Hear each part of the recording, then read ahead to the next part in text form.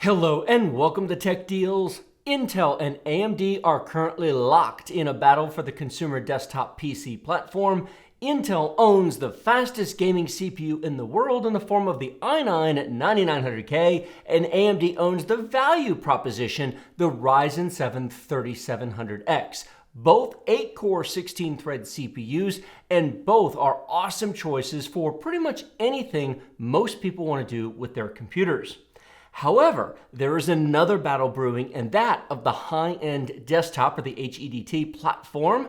Intel has their Skylake-X platform on the X299 motherboard, and AMD has their Threadripper, very cool name, on their X399 platform. Now, both are due for a refresh very soon, and I'm going to talk about the current platforms as well as give you an idea of what to expect very, very soon. No concrete details are announced, but of course, more performance for the money is expected. For users who wish to create content at a professional level, do extreme multitasking, run virtual machines, software development, 3D design, and other high-end professional tasks, basically anything that eats CPU cycles for breakfast, then the high-end desktop platform is where you want to be. There is a step above these platforms. Intel has their Xenon server platform, and AMD has their EPYC. In fact, they recently launched Rome, which is pretty impressive in and of itself. But those CPUs can range from $7,000 for AMD all the way up to $25,000 for Intel. So that's not for most people, and probably not for most people watching my channel. This is sort of the happy medium, which gives you a lot more than the consumer without costing an arm, a leg, a kidney, and, well, probably your other foot. I've covered Skylake-X and Threadripper in the past, including 2 full build videos and benchmarks galore, but those were the first generation of products. The 7th generation, which was Skylake-X non-refresh, and then the first generation Threadripper, the 1950X, both very, very nice. Today we're taking a look at the 2nd generation Skylake-X refresh in the form of the i9-9980XE. That is an 18-core, 16-thread beast. And then we're going to be looking at the Threadripper 2950X 16-core, 32-thread chip. I'm also going to be including the best consumer CPU, the i9-9900K. Yes, I know that Ryzen 9 exists. Yes, I have one, but I'm going to cover that when the Ryzen 9 3950X, this is the 12-core chip, the 16-core Ryzen 9 has not launched yet, and it will not launch until November, so 2 months from when I'm filming this video. When that comes out, then we'll redo all this and we'll cover both the 12 and the 16-core chips. It's pretty hard to find a Ryzen 9 at the moment. Anyway. Now, I am not including the Threadripper 2990WX. I will do a separate video on it, but that's a highly specialized chip, and let me save all of you the trouble. Don't bother. It's got so many caveats and conditions attached to it. It is a very, very narrow chip that only applies to a few people. I know it looks impressive with its core and thread count. I have one, and I use the 16-core Threadripper instead because, frankly, the 32-core Threadripper comes with too many conditions attached to it because of its design. So we'll be comparing the 16 and the 18-core chip in this video. I have already mentioned the core counts and thread counts of our CPUs, but I didn't mention price. And that's sort of the elephant sitting in the corner of the room over there, because these are amazing CPUs, but they're not remotely close to each other in price. And rest assured, we will discuss price a lot in this video. Value for the money is an important thing. My channel is called Tech Deals after all. The i9-9980XE, 18 cores, 36 threads for the low, low value price of only $2,000. We'll get back to that. The AMD Ryzen Threadripper 2950X, 16 cores, 2 fewer than the Skylake-X, 16 cores, 32 threads for the low, low price of only $650. Now, for those of you playing the home game, you may notice that $650 is less than $2,000 by a lot. Now, I do have a ton of benchmarks in this video, and if you just came here looking for benchmarks, frankly, neither of these CPUs are new. You probably already found benchmarks. There's a ton of benchmarks on these CPUs. I am instead going to talk about the real-world experiences of using them. I've had this chip for months now, but Intel sent me this i9-9980XE a little over a month ago now. I've had it in here now for several weeks, and I've actually been using it. Not just benchmarking and not just, well, let's just run a 3D render test and a video encode test and we'll call it a day. I've been using it to edit videos. I've been using it in day-to-day applications so that I can give you my honest real-world impressions, not just some benchmark numbers and charts. Rest assured, there are benchmark numbers and charts later in this video. If you came for those, well, scroll ahead a bit and you'll find them. But that's not really why you should watch. The reason you should watch is because I didn't test these, I use these. I have a Threadripper system downstairs that I've been using for actually almost a year now, and then I had my older Skylake-X, which has been upgraded. This is the same one that was built in 2017, but now upgraded. I did change the motherboard to a refresh board. I originally had a first generation X299 board in here, and I changed it out for a new one because new CPU, new refresh board, a few more features, a couple upgrades. I moved up the product stack a little bit because I think it deserves it, so I gave it a premium board to give it the best possible chance of success. Having said that, let me give you the short version. The i9-9980XE is full stop the fastest content creation general high-end desktop computing workload CPU you can buy. If you are not buying your CPU, but your company is buying it for you, or perhaps you have all the money in the world and don't care about price all that much, you could just stop right now because this thing is amazing. And in actual use, day-to-day use, editing in, say, Adobe Premiere Pro, which is what I use for my channel, in gaming and multitasking and just general desktop use, it has fewer compromises than Threadripper does, it is faster than Threadripper, and it's faster than the consumer CPUs, with the only exception being low-resolution, extremely high frame rate gaming, which, of course, the i9-9900K 8-core 16-thread chip wins. There is, spoiler alert, nothing that the 2950X does faster than the Skylake-X. And the Skylake-X is, at times, 40 to 50% faster than the Threadripper. It is, however, 300% more money. And therein lies the crux of this video, which is fastest CPU, best value CPU. If you are an individual content creator, if you are making YouTube videos, working from home, maybe you do 3D animation and you are just selling your work on an ad hoc basis as an independent creator, and money is tight and important and you want the best value you can get, well, allow me to introduce you to the Threadripper 2950X. For $650, that is a huge value for the money, and it's what primarily puts the kink in what otherwise is an incredible CPU.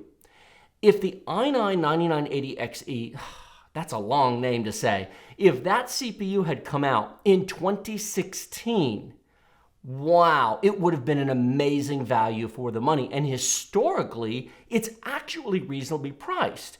Those of you who only have computer experience going back 10 years may look at a $2,000 CPU and go, man, that's ridiculous. That's more than my whole computer. I understand. But if you look at the entire history of the personal computer dating back to 1981 when the first IBM PC came out, and the 386 and the 486 and the first Pentiums, and frankly up until about 15 years ago, the modern day current dollar equivalent of $2,000 is about what the best CPU has always cost. In 1991, a 486 DX33, which most people didn't buy and had already been out for 2 years, the 486 came out in 89, was in 2019 dollars, $2,000.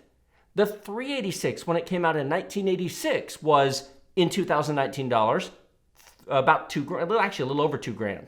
So that price is not crazy historically.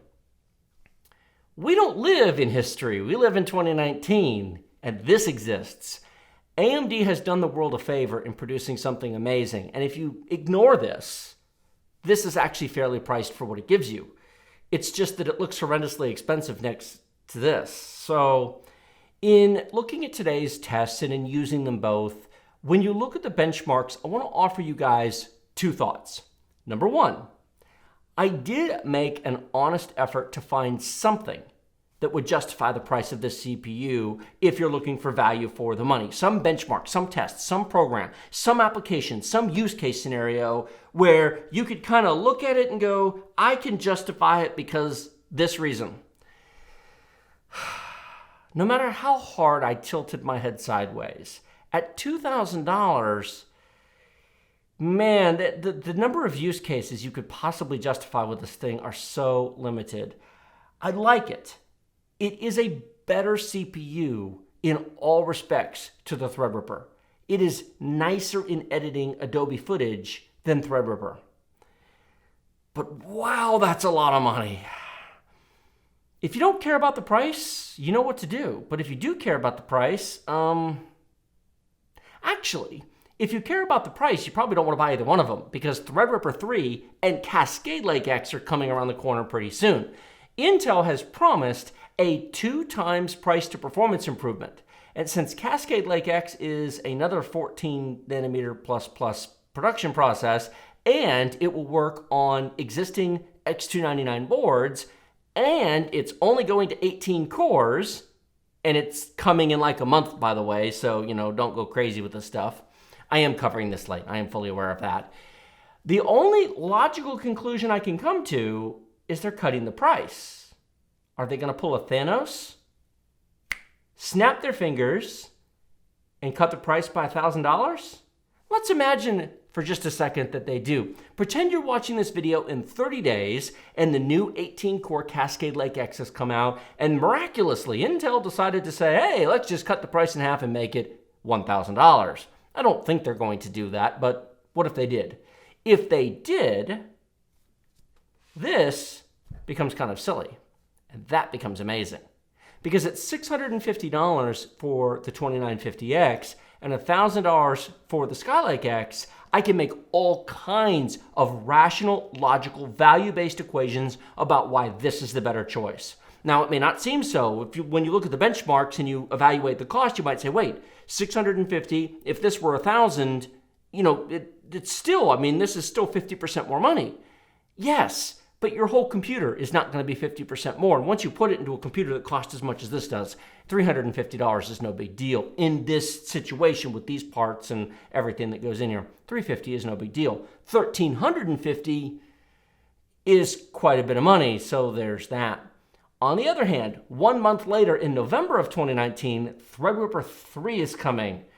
Lordy, lordy, lordy, who knows what we're going to get with that? I don't have any concrete information on Threadripper other than it will start at 24 cores. They're not releasing a 16-core version of Threadripper 3, and I don't know whether it will stop at 32 or go to 64 cores like the EPYC Rome chips, the second generation EPYC chips do.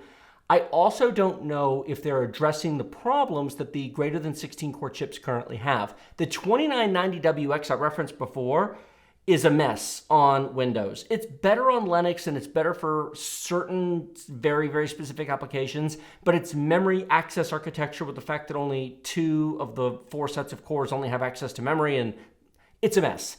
The 24 and the 32 core current Threadripper chips are not worth buying for like 99.99% of everybody. I have one. It's not very good, quite frankly. The 2950X is actually faster in many applications because of its unified memory model. If they fix that with a unified I/O die and chiplets surrounding it in Threadripper 3 and 32 cores becomes reasonable, it'll be interesting to say the least, but we'll cover that when it comes. I said 2 years ago when the Ryzen 7 1700 launched that it was the most important launch, actually 2.5 years ago now, it was the most important launch in 10 years. It was. It got all this stuff. 3 years ago in 2016, I built my first Broadwell E-machine, the i9-9800K. That was an expensive $4,000 computer, granted a lot of storage and some other stuff, for a 6-core 12-thread processor. And when I said at the time that I thought a lot of people should buy it, I got a lot of feedback from people going, who needs a 6-core processor? This was just 3 years ago. I got a lot of comments from people saying, who needs 6 cores? And I was saying, you're going to need more than 6 cores because 8 and more cores are coming. And now here we're talking about 18 and 16 and 16 cores on the consumer end, and Ryzen 9 are coming very soon. Intel's got a 10-core chip coming on the 14 nanometer process, and I'm sure they'll have a 16-core chip on the consumer desktop when they get 10 nanometer worked out eventually. And of course, we're getting even more, so it's absolutely amazing what you can get just a couple of years after the introduction of the Zen cores. So thank you for that, AMD. As far as the price goes, we'll just have to see in a month what happens to Skylake-X. That last rant there, by the way, went a little bit off script. I have 3 pages of notes written here, and I sort of went off on a tangent. But I hope you guys appreciate my honest thoughts. That right there was very much from the heart, as I did that all in one take, because I love this chip. I just don't love the price. Come on, Thanos, snap your fingers and cut the price in half and do the world a favor. I did say this would be a long video. We're not done yet. Again, the benchmarks are later in the video, but I hope you hear from my commentary and my thoughts of the real-world application of these processors rather than just some numbers which have existed on the internet for a while now. Let's talk about the platform for a minute, not just the CPUs and not just benchmarks and clock speeds and that. Let's talk about the motherboards and actually using them, putting hardware into them. The first thing I want to talk about are PCI Express lanes. The X399 platform of Threadripper often gets a lot of credit for having 64 PCI Express lanes. And then people look at the Skylake-X chips and go, whoa, wait a minute, it only has 44 PCI Express lanes? What an inferior platform. The reality is a bit more nuanced than that, and at a high level, you really have to put some thought into building one of these machines if you're going to put a lot of parts into them, because different motherboards allocate the lanes to different things into different slots, and allow you to do different things with them. Bifurcation, we'll get back to that. So it's not as simple as how many lanes you have, but it's how many you can use. Threadripper has 64. 60 of them are direct to the CPU, and 4 are platform lanes. But you cannot use all 60 of those for everything. In fact, a lot of people look at those and go, wow, 60 lanes directly to graphics cards, how amazing. But you can't use 60 lanes to the graphics cards. In fact, 12 of those 60 lanes explicitly cannot be used for graphics cards and usually are used for the M.2 slots or 10 gigabit Ethernet networking or whatever else the motherboard manufacturer specifies. And that's where motherboard selection really comes into play, because different motherboards will lock down different lanes to different use and not give you universal use. So that's also one of the reasons why I replaced the board, is that has more flexibility than the original Skylake-X board that I built in. Now that's 64. The Skylake-X platform has 44 CPU PCI Express lanes and 24 platform lanes via the chipset. Skylake-X actually has a real chipset. Threadripper really doesn't have a chipset. It sort of does, but really everything goes to the C. It's a very different design, to be completely blunt. It's a server design that was shoved into a desktop consumer platform, which is fine, but there is a difference there. There is actually 68 total PCI Express lanes on Skylake-X, but 24 of them go through the chipset, and yes, that does mean that if you stick all your NVMe devices on those, they'll be bottlenecked through the DMI link to the chipset. That is a concern. On the other hand, you can have a whole lot of devices, video capture cards, render cards, you can have USB devices, 10 gigabit networking, and an NVMe driver too, all connected to those platform lanes. And if they are not all being used at the same time, you can actually put more total stuff on Skylake-X than you can on Threadripper. And as far as how many graphics cards you can install, it's pretty much the same between both platforms. The truly high-end platforms actually have PLX splitter switches that give you more slots and let you have more cards in total. Gigabyte has a very nice workstation board that I think has 6 or 7 full X16 slots with 2 PLX chips. It's an expensive board. It's $500 or something like that. But if you really need to install a bunch of compute cards for a workstation load, not gaming or SLI, but a real workstation load, boards like that do exist with PCI Express splitters, and it kind of removes that as an issue. And from a professional workstation point of view, there are better motherboard choices on the X299 side, and frankly, fewer choices on the Threadripper side, just because it's a newer platform and fewer people have adopted it and whatnot. So when it comes to PCI Express lanes, the real issue is it depends which motherboard did you pick, which devices do you want to install, what slots and what allocation are allowed, because you may very well find that a certain board from one side or the other or from a certain manufacturer is what you need. I mentioned bifurcation before. My previous Skylake-X board, which was the MSI Gaming M7ACK X299 board that I built my i9-9980XE, yeah, that's a lot of numbers, back in 2017, has 2 M.2 slots on the board and does not support PCI Express bifurcation. Bifurcation? Someone corrected me on the pronunciation of that in a previous video. Whatever. It lets you take an X16 slot in the BIOS and turn it into four 4X slots. That has to be done in the BIOS because if you use an ASUS M.2 HyperCard to put 4 NVMe devices onto a single X16 slot, it actually just splits the lanes out and provides 4 lanes for each of your devices. If your motherboard doesn't support it, it doesn't work. And that previous board didn't support it, but this Gigabyte X299 Aorus Master does. That's one of the reasons for the change. It also has 3 M.2 slots rather than 2, and it's updated and it's got more power delivery, and frankly, for a $2,000 processor, I thought it was an appropriate choice, so that's why I made that change. Let's briefly talk about the real-world issue of power consumption and heat. Ignore the TDPs from both companies because they don't measure the same way, and so they're completely non-comparable. I will tell you that the Intel CPU is rated to a very reasonable 165 watts. I will also tell you it never runs there. It will use far more power than that, even without overclocking, because Intel measures their TDP at base clock, not at turbo, and this thing turbos comfortably over base. 250 watts is a very reasonable number to pull out of that Skylake-X chip when it's under full load, and you're going to want a fairly large cooler. Not one of these, because we'll talk about these in a second. For a Skylake-X, you're either going to maybe want a Noctua NH-D15 or perhaps a 360 millimeter liquid cooler. I have a 280 millimeter liquid cooler on here, a Corsair H110i. It is a very nice liquid cooler, and this thing runs really, really hot. So, it probably needs an upgrade to a 360 at the very least. 18 cores running at 4 gigahertz on a 14 nanometer process is a lot of heat to output and a lot of power to consume. Now the Threadripper is rated to 180 watts, which for those of you good at math will notice is higher than 165. But AMD measures their power consumption at the turbo speed, or the normal turbo speed, maybe not the very max turbo speed, because I can see 200, 220 watts out of this without too much trouble. But it doesn't run substantially over that. It also runs cooler. It's on 12 nanometer production process instead of 14, and it's a refined process. It also has a much larger surface area, a much larger die than the Skylake-X does. Temperatures on the Threadripper, no big deal.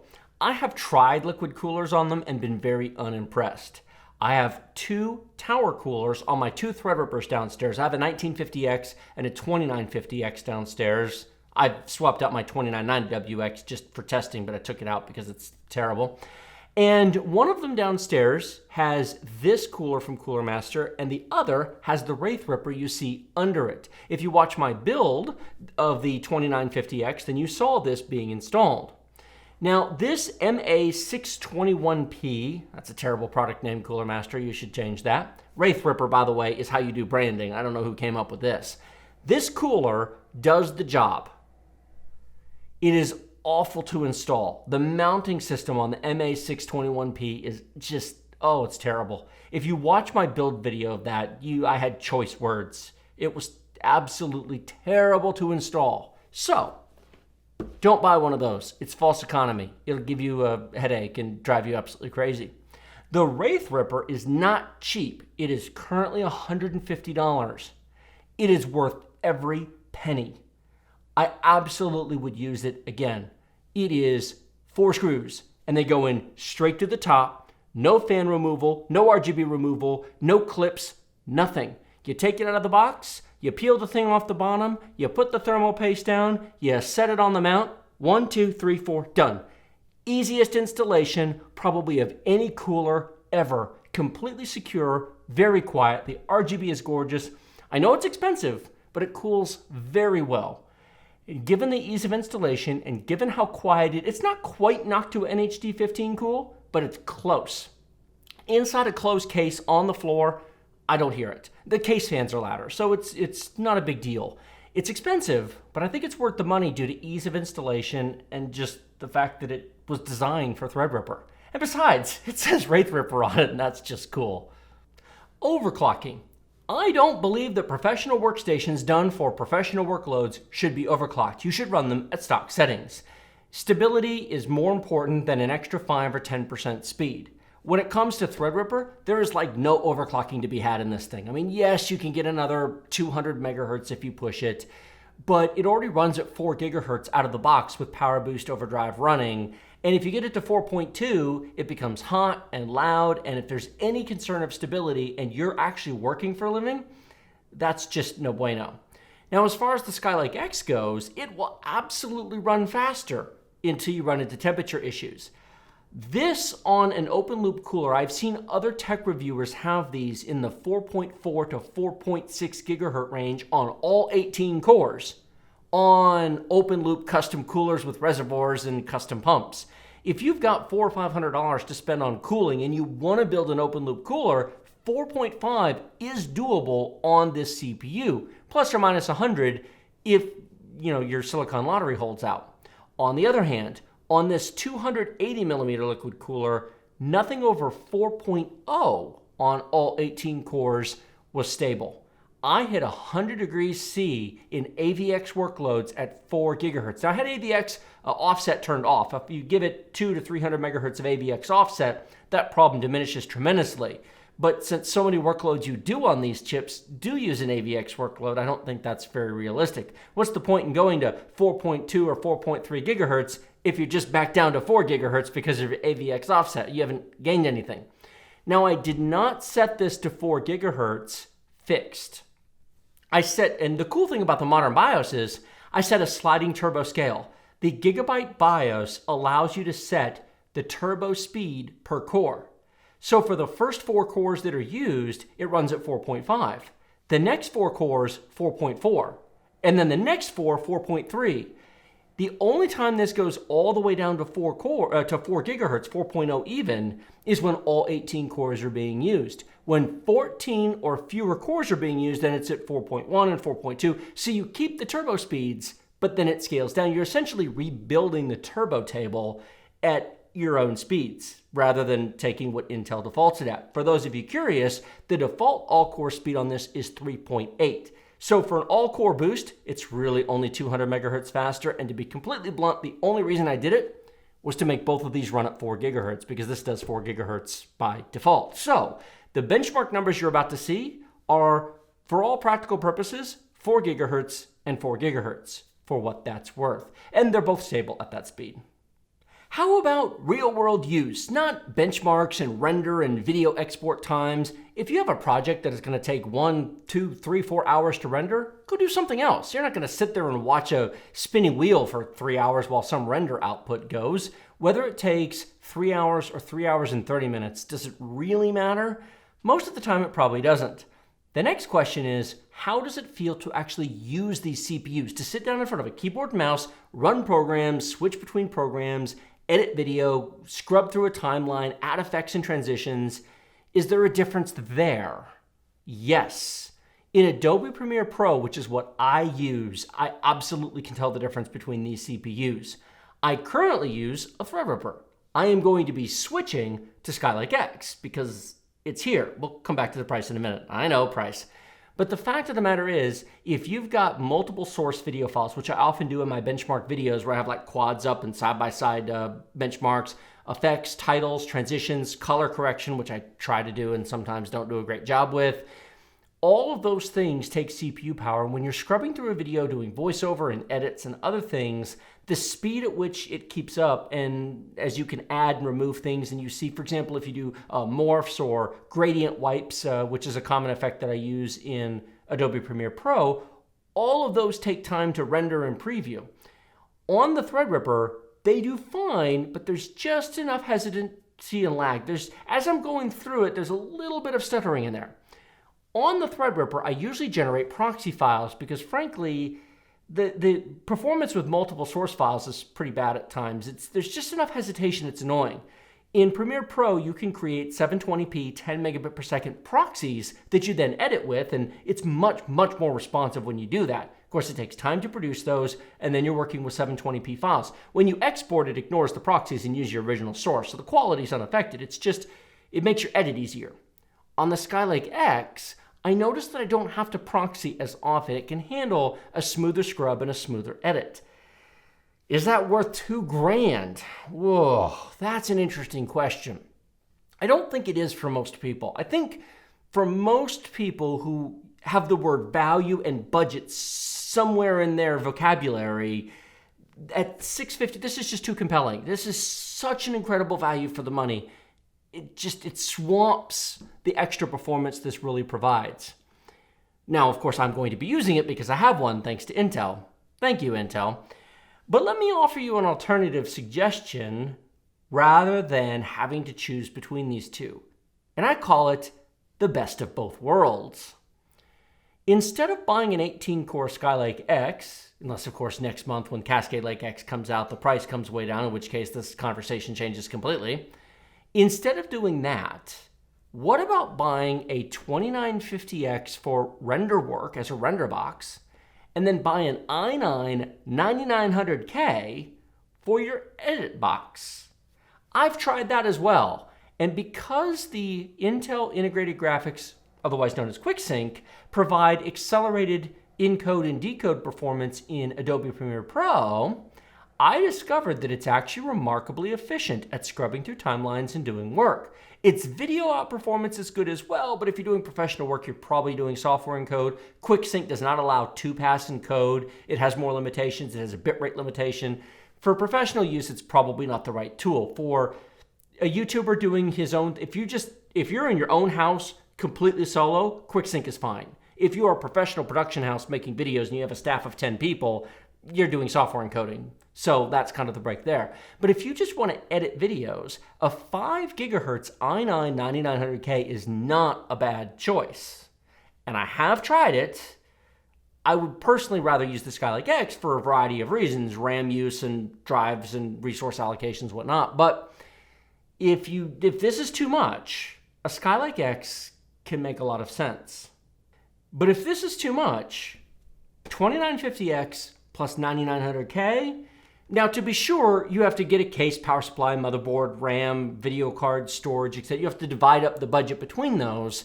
But if you're going fairly modest on everything else, or you put the bulk of your hardware in one machine and make the other a little bit more bare, you may find you get 2 computers for pretty close to the price of one. And that's a compelling value for somebody who wants the best of both worlds. Before we go any further, let's finally get to the benchmarks. Thank you all for sticking with me this long. I'm going to have some more to say after the benchmarks, so stick around for that. I know this is a long video, but this is expensive stuff. You're either here to be entertained, or you're curious about this stuff, or you're legitimately in the market for it. If you're entertained, then I've done my job. If you're legitimately in the market, I hope I've informed you and provided you information. If you've got the budget to build what a machine like this costs, I hope that spending the time in a long video like this is worthwhile to you to get some feedback, thoughts, and input as best as I can put into a video, since I can't put you in front of the keyboard and mouse and give you that real-world experience. But enough talking, on with the benchmarks. Our first benchmark is the venerable Cinebench R20, single-core and multi-core tests. Let's start with the single-core for a minute. Notice that the i9-9900K at 5 GHz of course wins this at over 500 points. The other two CPUs are not far behind, with the 9980XE beating out on the 2950X, but not by that much. On a per-core basis, Threadripper does pretty well in this test. That brings us to multi-core. The 9980XE soundly trounces the Threadripper 2950X. Ignoring price, yes, you're going to hear that topic a lot in this video, but ignoring price, the 9980XE is the clear absolute winner here.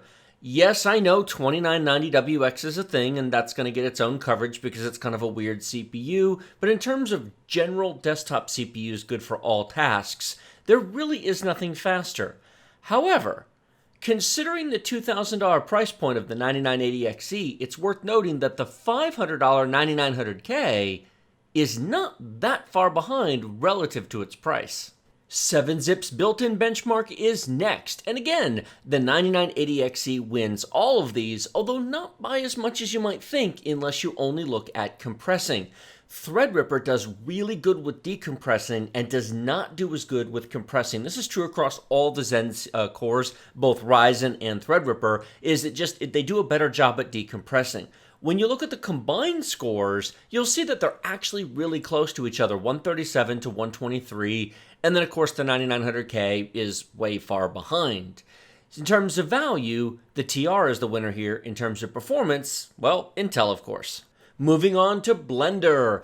Blender competed the standard benchmark in 8 minutes on the 9980XE, 10 minutes 16 seconds on the 2950X, and 14.5 minutes on the 9900K. I have to say that since the spring revision of Windows, the 1903 version, I've noticed that Threadripper has got a little bit of a kick in its step. The gap here a year ago when the second generation Threadrippers first launched, I do think was greater. I didn't actually test it, I don't have comparison numbers, but this is a closer gap than I expected in Blender. Before we move on to more benchmarks, I have a percentage different chart for you. I went ahead and put the price of the CPU, motherboard, and cooler on the screen. This isn't breaking it down by cost, but I think it's worth noting, because while the 9980XE wins, it does so at 2.5 times the price. $2,500 for CPU, motherboard, and cooler versus $1,000 for CPU, motherboard, and cooler on the 2950X.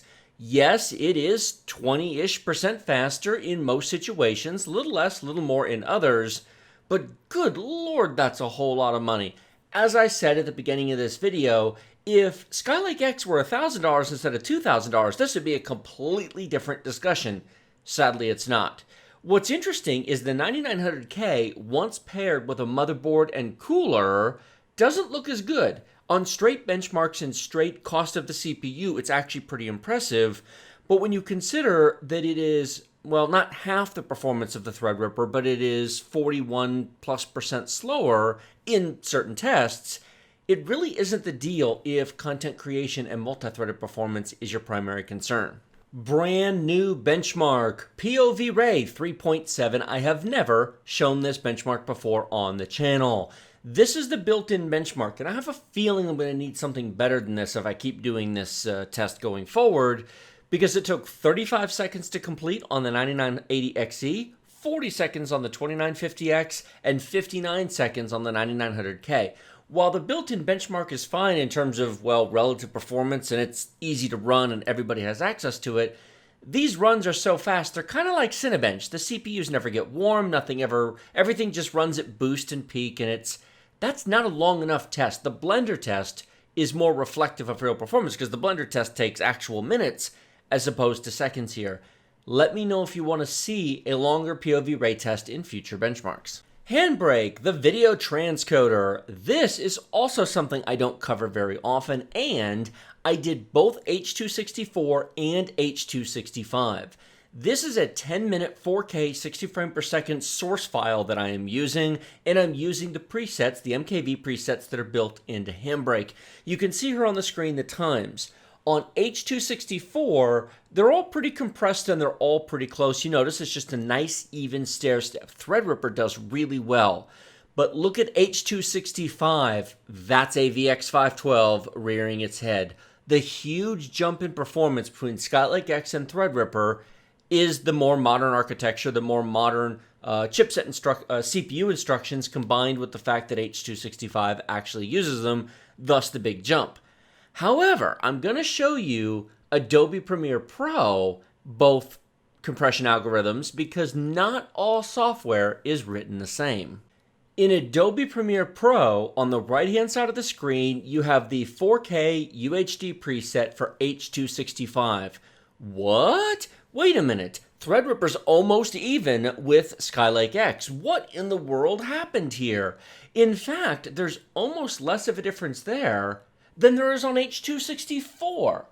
What? This makes no sense. Until you consider that Adobe Premiere Pro is a horribly optimized program, it's probably related to Assassin's Creed Odyssey in its horrific optimizations, and on Skylake-X it is probably not using AVX512, even though it's supposed to, but that performance number indicates that it isn't, and the only one that really falls behind is the 9900K. I also ran a longer benchmark in Adobe Premiere Pro. This is the 39-minute video over on the Rotech Gaming channel containing the full uncut benchmark runs from the Ryzen 3rd generation versus i9-9900K, This has 4K 100 megabit per second source files being rendered on screen. If you go look at that over on the channel, over there, you'll see how detailed and complex it is. This thing is 39 minutes long, rendered out to 4K 40 megabits per second in a 2-pass encode. 2 hours, not minutes, 2 hours and 14 minutes on Skylake-X versus 2 hours and 38 minutes on Threadripper. Absolutely, positively, that is a real improvement. And again, if Skylake-X were $1,000 instead of $2,000, my conclusions and everything I have to say here would be completely different. But when the price disparity is so high, buy 2 Threadrippers. Now I'm going to show you the percentage difference, the POV rate, both Handbrake tests, and both Adobe tests, the 10-minute video. The 39-minute video is not here because it doesn't fit. Notice that we're anywhere between 12% faster and 33% faster on Skylake-X. This continues across everything you can do with these chips. I do have a little bit more benchmarks to show you here, but frankly, the Skylake-X is just the fastest high-end enthusiast CPU you can buy, that your boss can buy for you, because if you have to buy it, well, I would actually make an argument, in fact, I'll probably make an argument when the benchmarks are over, buy both a Threadripper and an i9-9980K for your editing machine and have 2 computers for less money, or, well, once you've combined everything else, the same price as one Skylake-X. Want to play games? Buy an i9-9900K if you want that sweet, sweet premium performance. However, you can absolutely play games on Threadripper and Skylake-X. In fact, I often do. My primary editing workstation is a 16-core Threadripper, and I play games on it all the time. I have an RTX 2080 Ti in it, and I have 4K 60Hz monitors. I have several of them in front of me. And at that refresh rate and resolution, frankly, a Threadripper is just fine. Higher refresh rates, lower resolutions, then that's what you'd want the 9900K for. Interestingly enough, Ghost Recon Wildlands cares far less, and it does really well. 1080p high detail with an RTX 2080 Ti, 134 frames per second. That's pretty sweet. Shadow of the Tomb Raider likes Intel, obviously from these charts. 140 frames per second on Skylake-X versus 109 on Threadripper, although notice they compress once you up the resolution. But of course, if you really want high refresh rate gaming, you should have a dedicated gaming machine. But hopefully these gaming benchmarks sort of give you additional information because you can also game with your content creation box. It is worth noting that Threadripper 2950X is effectively 2 Ryzen 7 2700Xs glued together with Infinity Fabric. Notice Far Cry New Dawn is 71% faster at 1080p high detail, granted with a ridiculously expensive video card. Notice in Ghost Recon Wildlands, however, it's only 16% faster. I get asked all the time, what's better? Does it really matter? Is Ryzen good enough for gaming? Is Intel really faster? It depends. This one chart should scream at everyone, it depends. 116% to 154% to 171% faster. It just depends upon the games that you're playing. It depends upon your graphics card. It depends upon what refresh rate you're expecting. Ryzen is amazing. And the new 3rd generation Ryzen, which this isn't, this is 2nd gen Ryzen, is even better, and it closes that gap. It's not as fast as Intel. In fact, Intel i9-9900K is still 40% faster in Far Cry New Dawn than Ryzen 7 3700X. But it does make up the gap by quite a bit. Thank you all so much for sticking through all those charts. I know they're fun and exciting. This is a story of value for the money versus raw performance. If money is not your primary concern, if having the best experience and the fastest content creation performance and the fastest per core performance is what matters to you, well, you knew what the answer was a long time ago in this video, Skylake-X. If, on the other hand, value for the money matters to you, if you are on any kind of a budget and you're looking to get performance for the dollar, you already know the answer. It's Threadripper. That's an easy decision. If I was Thanos and I could snap my fingers and make the Skylake-X $1,000, then it would become my primary recommendation. It is absolutely worth a 50% price premium all day long and twice on Sunday over Threadripper. And for those of you legitimately interested in building such a system, let me explain why. it is on average 20% faster in the benchmarks and the numbers and the render output. But in actually using the computer, it just feels faster and it makes you more productive and it lets you just do things quicker. And that has a value if you're doing real professional work. And while 50% more money, or roughly $350, sounds like a lot, by the time you've built a computer like this, you're easily into this for $3,000 to $4,000. Most of these high-end desktops are going to be somewhere in that $3,000 to $4,000 price or more, depending upon what you put in them. In a $3,500 computer, a $350 price difference here is 10%. If your time has any definition of value attached to it, 10% more money for 20% more performance is legitimately a good deal. And in the regard of this video, that's perhaps the one way you could look at it and say, well, if your computer's expensive enough and we add enough to it, then the increased price doesn't matter. The only problem with that argument is at $1,350 more, you can almost build a second computer, or at least put the really nice hardware in one and more basic hardware in the other. And then you have dual machines. You can have one computer completely doing something else while you're still working on your other one. Or you could have your Threadripper rendering your video output or doing something else, and then go play a game on your Coffee Lake Refresh 9900K if you want to, and get those amazing 140 frames per second if you want. There's utility and value in having two computers. If something goes wrong with one, you at least still have a working computer. If you have one computer, well, then you only have one computer. Although, frankly, how many people have this as a computer and only have one computer? I doubt very, very many people do. So at $1,000, this is a no-brainer. I would take this all day long and twice on Sunday over Threadripper if it was just not so expensive. Next month, Cascade Lake-X is supposed to be coming out. That is not confirmed. They've announced that it is coming. I mean, it's the fact that it's coming and the fact that Intel has said publicly it will have up to, there's that catch-all phrase, up to twice the performance per dollar, tells me price cuts. I don't think they'll drop it to $1,000. If I had to guess, they're probably going to drop it to maybe, ideally $1,200. Something tells me they're not going to go below $1,500 because they don't want to cannibalize their server sales and cannibalize their regular desktop stuff. The lower they get the price, the more compelling it becomes. Until November comes.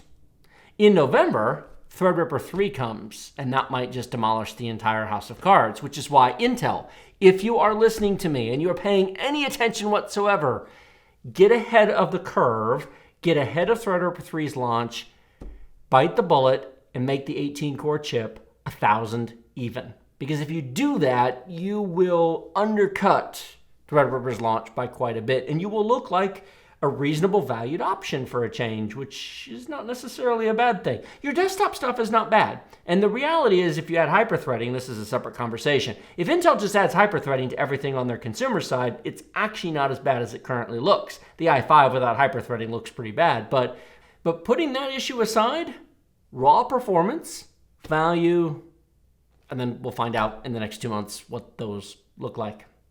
Thank you all so much for watching this very long-form video. I hope it was helpful, informative, useful, interesting, educational, entertaining, amusing, or whatever.